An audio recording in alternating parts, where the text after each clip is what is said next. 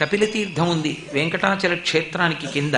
కపిలతీర్థంలోకి కూడా బ్రహ్మాండంలో ఉన్న తీర్థాలన్నీ వస్తాయి. ఎప్పుడు వస్తాయి అంటే కార్తీక మాసంలో వచ్చేటటువంటి పర్వదినాలలో మిట్ట మధ్యాహ్నం వేళ కేవలం కొద్దిసేపు ఆ తీర్థములు ఆవహించి కపిలతీర్థంలో ధారగా పడతాయి. అప్పుడు ఎవరు స్నానం చేస్తారో వాళ్ళు బ్రహ్మాండాల్లో ఉన్న తీర్థాలన్నీ స్నానం చేసేసినట్టే. కానీ పర్వతుడు కోరిన కోరిక అది కాదు. ఆయన అడిగింది ఏమిటి అంటే సతతం ఎల్లప్పుడూ ఉండాలి. ఆ తీర్థములు ఏదో ఒక ప్రత్యేకమైనటువంటి నైమిత్తిక తిథి నాడు రావడం కాదు, అన్ని తిథులయందు రావాలి, అన్ని వేళలా ఉండాలి. పగలు ఉండాలి, రాత్రి ఉండాలి, సంధ్యలయందు ఉండాలి, అన్ని వేళలా మీతో పాటు ఉండాలి, దేవతలందరూ ఉండాలి. అలా నా యొక్క తల మీద మీరు వేయించెయ్యాలని అడిగాడు. శివుడు ఆశ్చర్యపోయాడు. ఎంత గొప్ప కోరిక కోరావయ్యా, ఏమిటి దీని వల్ల నీకు ప్రయోజనం అంటే, నాకు కాదు ప్రయోజనం, అనుష్ఠాన బలం లేకపోయినా ఇన్ని పాపాలు చేసిన వాడైనా ఈ క్షేత్రంలోకి అడుగు పెట్టినంత మాత్రం చేత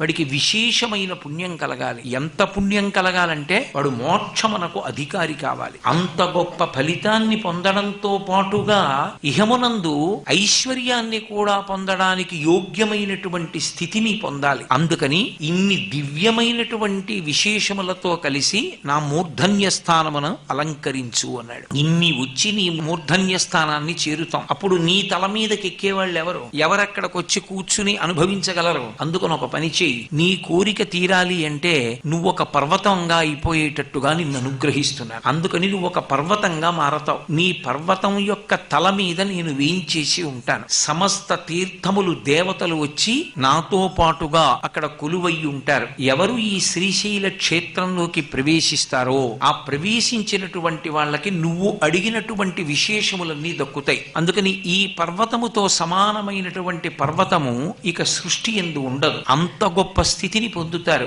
ఎవరైనా శ్రీశైల శిఖరానికి 3 మార్లు ప్రదక్షిణం చేసి శరీరాన్ని విడిచిపెడితే వాడు శివలోకాన్ని పరమేశ్వరుణ్ణి చేరుతాడు అనడంలో, మోక్షాన్ని పొందుతాడు అనడంలో ఏ విధమైన సందేహము అక్కర్లేదని ఆ పర్వతానికి పరమేశ్వరుడే పేరు ఇచ్చాడు. దానికి శ్రీశైలము అని పేరు ఇచ్చాడు. అందుకే ఆ పర్వతం పేరే శ్రీ పర్వతం. శైలము అంటే కొండ, పర్వతం. శ్రీశైలము అని పేరు వచ్చింది.